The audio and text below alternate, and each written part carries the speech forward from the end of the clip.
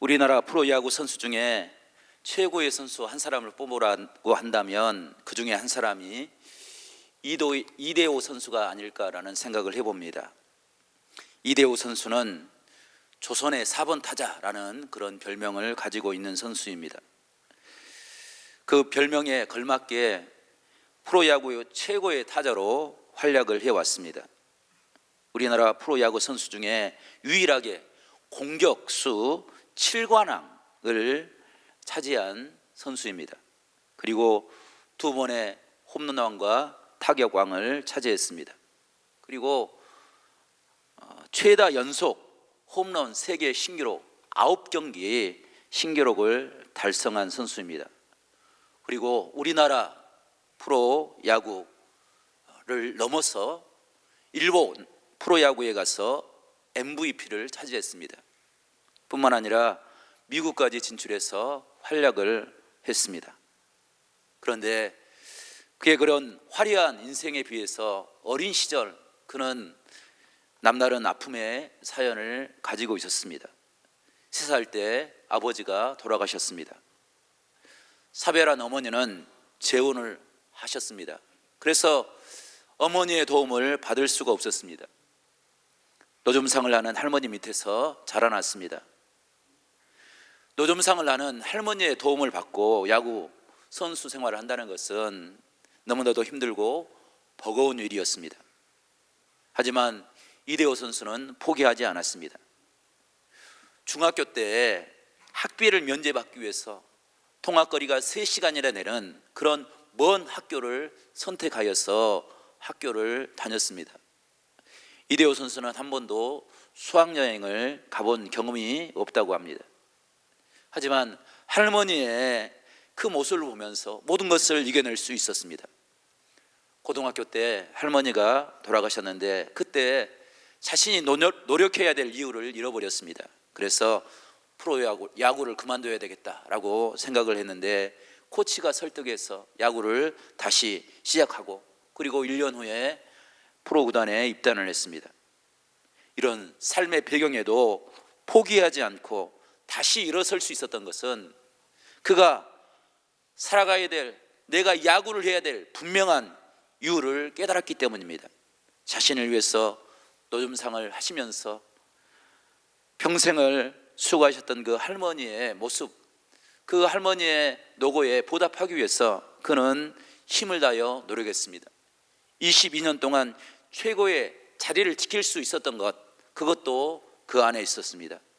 은퇴하는 순간 이대호 선수는 할머니를 그리하며 눈물을 흘렸다고 합니다. 성도 여러분, 여러분은 한 해를 시작하면서 무엇을 기억하고 시작하셨습니까? 단지 내 힘들고 어려운 상황만을 바라보면서 그것 때문에 힘들어하고 보고하는 시간들을 보내고 계시는지는 않습니까? 한 해를 시작하는 첫 번째 주일, 우리도 우리를 사무치게 사랑하셨던 분들을 기억하면서 새로운 삶을 결단함으로 우리가 정말로 당당하게 어떤 삶의 자리에서도 그런 은혜의 삶을 살아가는 우리 모두가 될 수 있기를 간절히 축복합니다. 그 은혜를 기억하면서 우리 새해 첫 번째 믿음의 인사를 이렇게 나누겠는데요, 우리 이렇게 인사합시다. 은혜를 기억하며 삽시다. 주님께서 친히 당신을 인도하십니다. 아멘. 성도 여러분, 우리가 살아가야 될, 내가 포기하지 않고 당당하게 걸어가야 될 분명한 이유를 깨달을 수 있기를 바랍니다. 그것은 주님께서 우리를 위해서 십자가를 지셨던 그 놀라우신 사랑의 은혜, 우리를 버리지 않고 날마다 우리에게 새 힘과 은혜를 베푸시는 하나님의 사랑에서 출발할 때 그런 은혜의 삶을 살 줄로 믿습니다. 시편 18편을 보게 되면 다윗은 자신을 구원한 하나님의 능력, 자신에게 임하는 하나님의 은혜를 은유적으로 표현하고 있습니다. 하나님께서 자신을 붙잡아 주시고 자신을 지켜주셨음을 시편 18편 2절은 이렇게 고백되어지고 있습니다. 여호와는 나의 반석이시요 나의 요새시요 나를 건지시는 이시요 나의 하나님이시요 내가 그 안에 피할 바이시요 내 방패시오 나의 구원의 뿌리시오 나의 산성이시로다. 아멘. 성도 여러분, 이 고백은 그냥 아름다운 시로 끝나는 그런 의미가 아닙니다. 다윗은 철저하게 자신의 삶의 과정에 자신에게 필요한 하나님의 은혜를 하나님 앞에 찬양하며 간구하고 있습니다. 주님께서 나를 지키시는 요새가 되어주지 아니하시면 나는 넘어질 수밖에 없습니다. 주님께서 나를 건져주지 아니하시면 나는 쓰러질 수밖에 없습니다. 주님께서 나의 방패가 되어주지 아니하시면 나는 적에 노출되어서 나의 모든 것을 잃어버릴 수밖에 없는 나의 사정을 주님께 아뢰옵니다 라고 고백하며 하나님의 구원의 은혜를 구하고 있는 것입니다. 이건 절실한 자신의 삶을 가지고 하나님 앞에 간구하는 믿음의 기도이고 고백인 것입니다. 한순간도 주님의 도우심 없이는 살 수 없습니다. 하나님의 은혜를 의지하며 살아가게 해달라고 하나님 앞에 간구하고 있는 것입니다. 16절 말씀 보게 되면 또 이렇게 고백되어 있는데, 그가 높은 곳에서 손을 펴사 나를 붙잡아 주시며 많은 물에서 나를 건져내셨도다 라고 기록하고 있습니다. 성경에서 물은 우리를 공격하는 악한 세력을 상징합니다. 사무엘하 5장을 보게 되면 다윗이 왕위에 즉위했을 때 블레셋 사람들이 다윗을 방해하기 위해서 공격해 왔습니다. 그때 다윗은 모든 자신의 모습을 하나님 앞에 내려놓고 하나님의 은혜를 구합니다. 자신이 가지고 있는 군대로서는 도저히 블레셋 군대를 감당할 수 없었지만 그것 때문에 포기하지 않았습니다. 그 상황을 하나님 앞에 철저하게 내려놓고 정말로 나에게 필요한 능력이 무엇인지를 하나님 앞에 구할 때 하나님께서 그를 인도해 주셨습니다. 7절부터 15절까지 9절에 걸쳐서 그는 환난 속에서 나를 붙잡고 계시는 놀라우신 하나님의 은혜에 대해서 기록하고 있습니다. 주님은 나의 피난처가 되시며 나를 붙잡으시는 능력이 되실 것입니다 라고 고백하고 있는 것입니다. 다윗은 이스라엘 역사에서 가장 위대한 왕이었고 가장 완벽한 왕처럼 보입니다.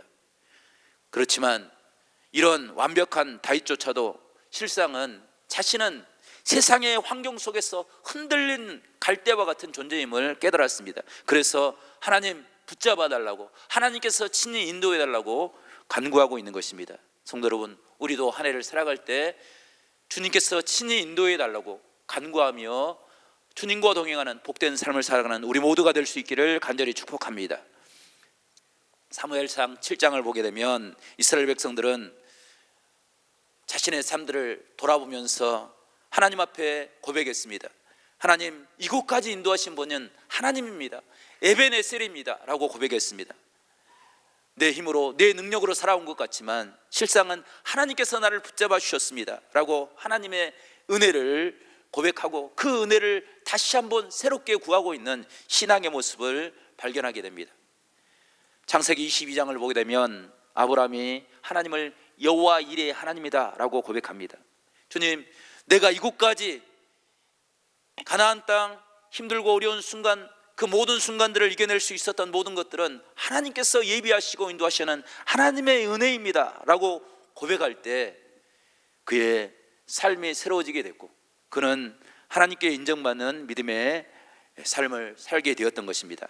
성도 여러분, 우리도 한 해를 살아갈 때 에베네셀의 하나님을 찬양하는 여호와 이레의 하나님을 고백하며 살아갈 수 있는 복된 귀한 역사가 우리 가운데 있기를 간절히 바랍니다. 이 믿음의 온전한 모습을 보이는 한 사람을 오늘 우리는 본문에서 발견할 수 있습니다.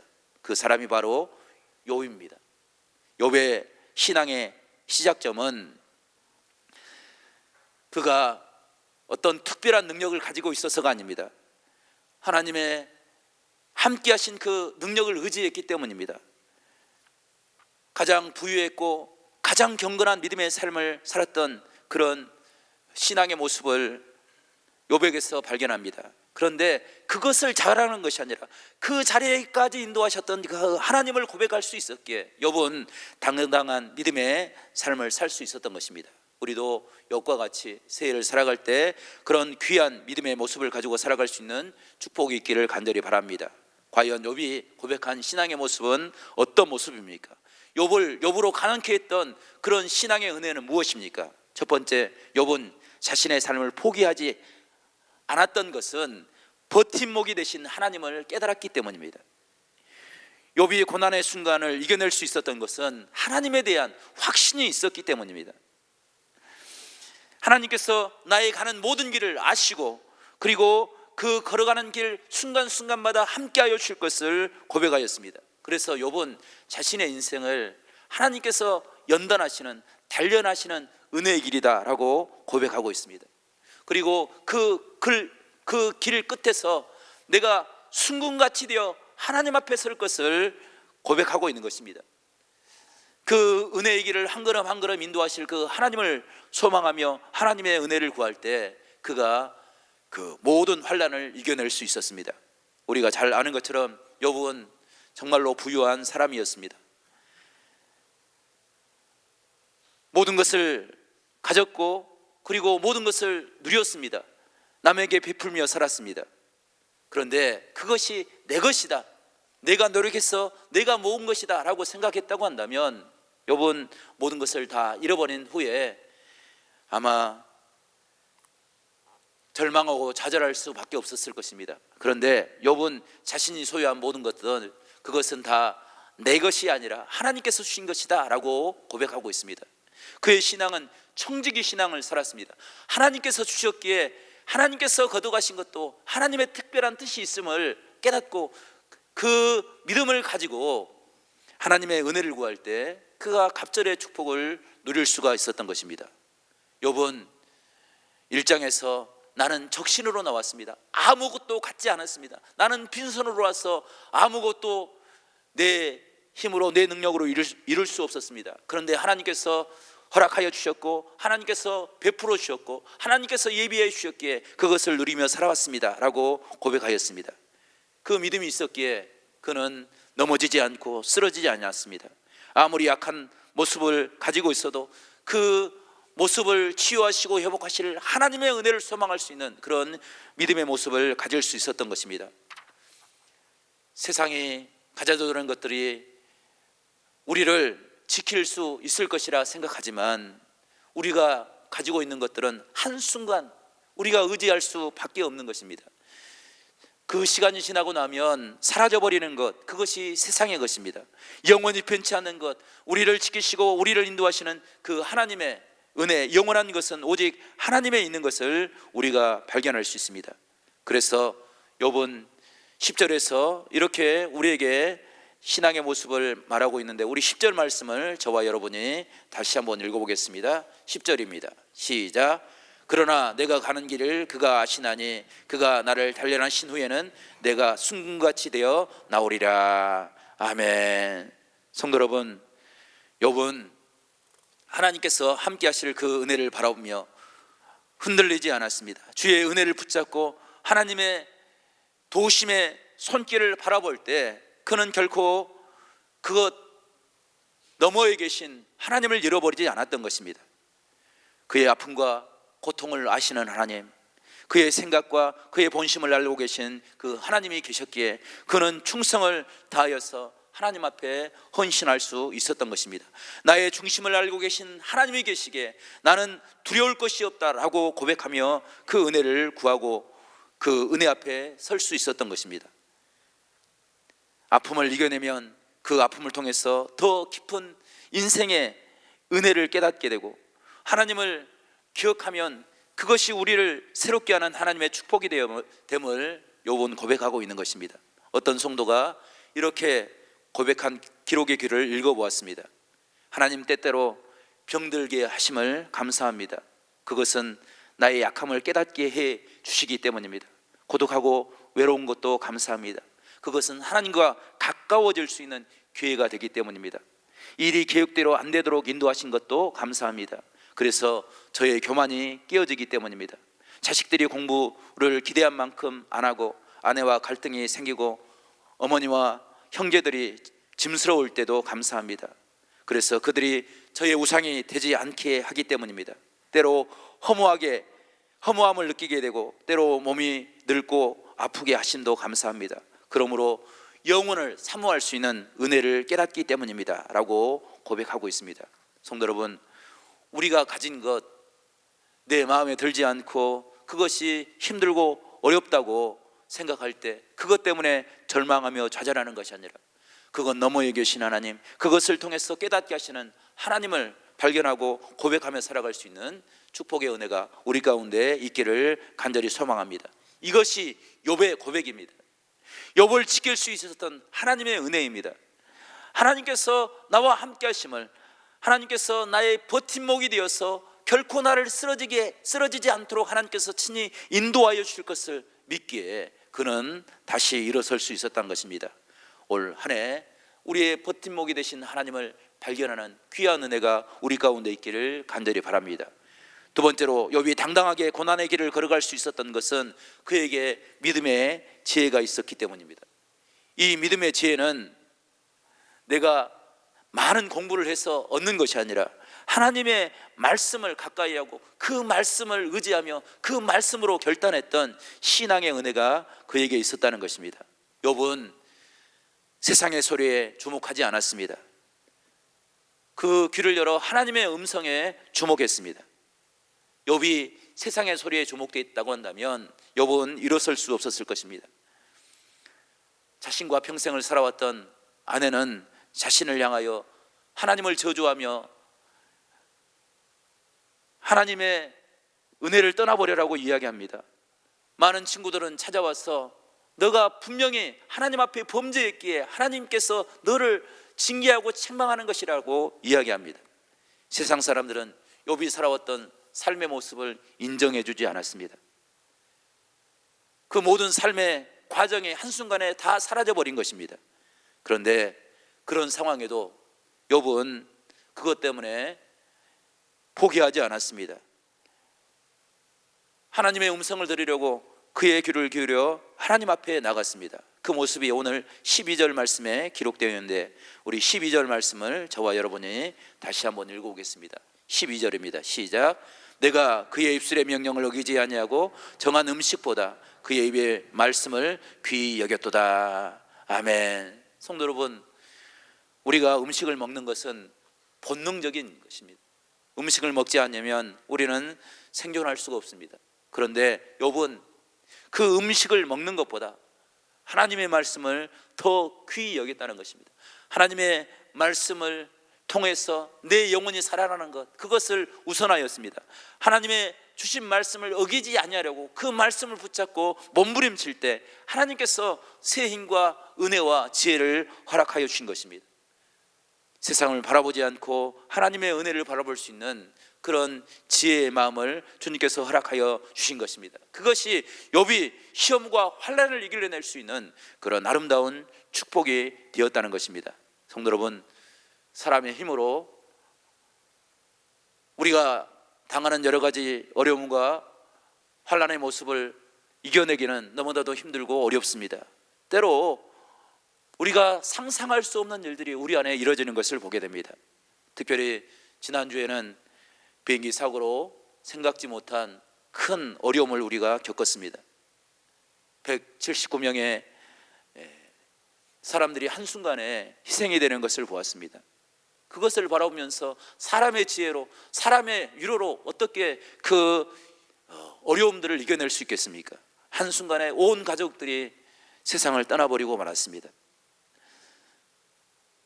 그런 상황에 우리가 의지할 분, 우리가 바라봐야 될 분이 오직 하나님인 것을 우리에게 이야기해 주고 있습니다. 욥도 그런 어려움을 겪었습니다. 한순간에 10명의 자녀를 잃어버렸습니다.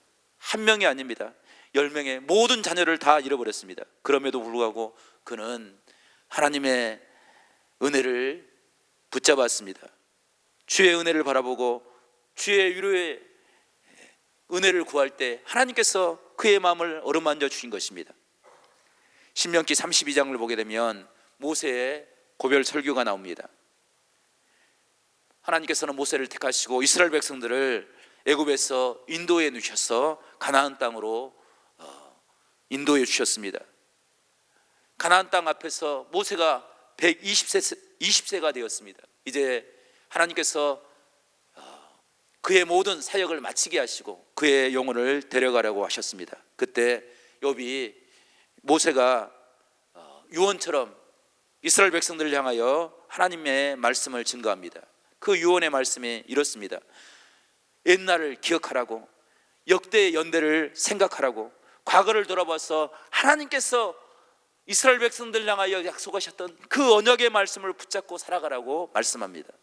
그 말씀이 여호수아에게 임할 때 여호수아는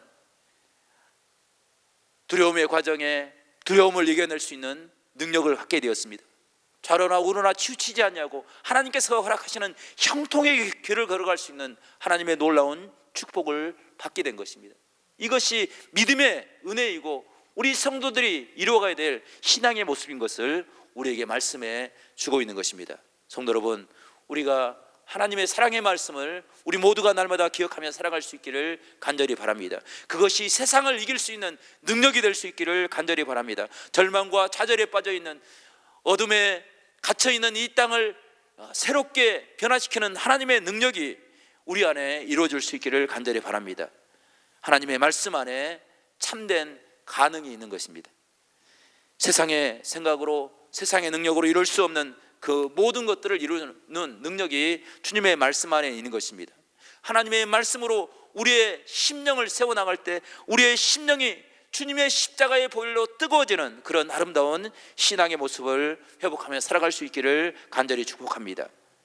욥이 그런 은혜로 하나님 앞에 설 때 하나님께서는 욥을 새롭게 하여 주셨습니다.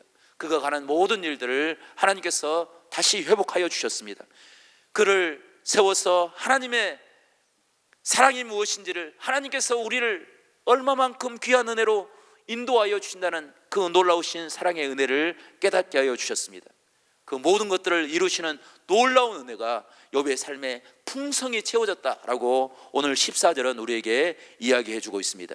성도 여러분, 이것이 우리 성도가 회복해야 될 신앙의 모습인 줄로 믿습니다. 2025년 걸어갈 때 우리가 때로 생각지 못한 어려움을 만나고 우리가 계획하지 않는 일들이 우리 안에 이루어질 때도 우리가 붙잡고 일어설 수 있는 그 하나님의 은혜가 그 안에 있는 것을 우리에게 말씀해 주고 있는 것입니다. 성도 여러분, 새해를 시작하는 첫 이 예배 시간에 우리의 삶 가운데 함께 하시는 하나님의 놀라운 은혜를 우리 모두가 붙잡을 수 있기를 간절히 바랍니다. 그 은혜를 붙잡음으로 우리가 참된 믿음의 지혜를 회복하며 살아갈 수 있는 우리 모두가 될 수 있기를 간절히 바랍니다. 깨닫게 하시는 하나님, 우리의 삶의 중심이 되시며 우리의 삶 가운데 함께 하시는 능력의 하나님, 그 은혜의 하나님이 우리의 삶의 주인 되어 주시고 우리의 삶의 능력으로 임할 때 우리 안에 하나님의 놀라운 축복의 은혜가 회복될 줄로 믿습니다. 욥은 초인적인 사람이 아니었습니다. 욥은 모든 것을 통달한 도사가 아니었습니다. 오직 그의 귀를 기울여 하나님의 음성을 들을 때 그 안에 하나님의 놀라운 축복이 임하게 되었고 하나님께서 우리를 부유케 하시는 놀라운 은혜를 깨닫는 그런 믿음의 사람이 되었던 것을 우리가 발견하게 됩니다. 성도 여러분, 변치 아니하시고 우리를 선한 길로 인도하시는 하나님의 놀라우신 은혜의 말씀을 듣고 그 말씀을 붙잡고 날마다 주님과 동행하는 복된 삶을 살아가는 우리 모두가 될 수 있기를 간절히 소망합니다. 조선시대 숙종 때 학자 김학성이라는 사람이 가난한 모든 삶의 환경을 이겨내고 출세를 할 수 있었던 것은 그 자녀를 가르쳤던 어머니의 지혜가 있었기 때문입니다. 그의 어머니는 일찍 과부가 되어서 가난한 삶의 환경을 이겨내기 위해서 싹바느질을 하면서 그 자식들을 키웠습니다. 그 자식들은 어머니의 힘들어하고 어려운 상황에서도 삶을 포기하지 않고 자신들을 위해서 헌신하는 그 어머니의 모습을 보고 열심을 다하여 노력했습니다. 방에서 바느질을 하는 어느 날 비가 내렸습니다. 그 비가 처마에서 빗방울이 되어서 땅으로 떨어졌습니다. 그런데 어디선가 쇠구슬 소리가 울려 퍼지는 그런 소리가 들렸습니다. 그래서 방에서 나와 밖을 찾아보았습니다. 오른쪽 처마 맨 끝에 한 곳에서 쇳소리가 나는 것입니다. 그곳을 파보았더니 그곳에 큰 가마가 하나 있었습니다. 그 안에는 보화가 가득 차 있었습니다. 그 선조들이 전쟁이 일어나서 피난을 가기 위해서 그 가진 재물들을 다 그곳에 묻어놓고 피난을 갔는데 그것을 미처 찾지 못한 것입니다. 그 재물로 떵떵거리며 살 수 있는 그런 큰 재물이었습니다. 가난을 보상받을 수 있는 그런 기회를 얻은 것입니다. 그런데 어머니는 그 가마를 흙으로 다시 덮어버렸습니다. 혹시 자녀들이 그 재물 때문에 그것으로 자신의 삶을 쾌락으로 향락으로 채우지 않을까, 그런 마음이 있었기 때문입니다. 어머니는 그 자식들을 위해서 밤을 새워 싹받은 일을 했습니다.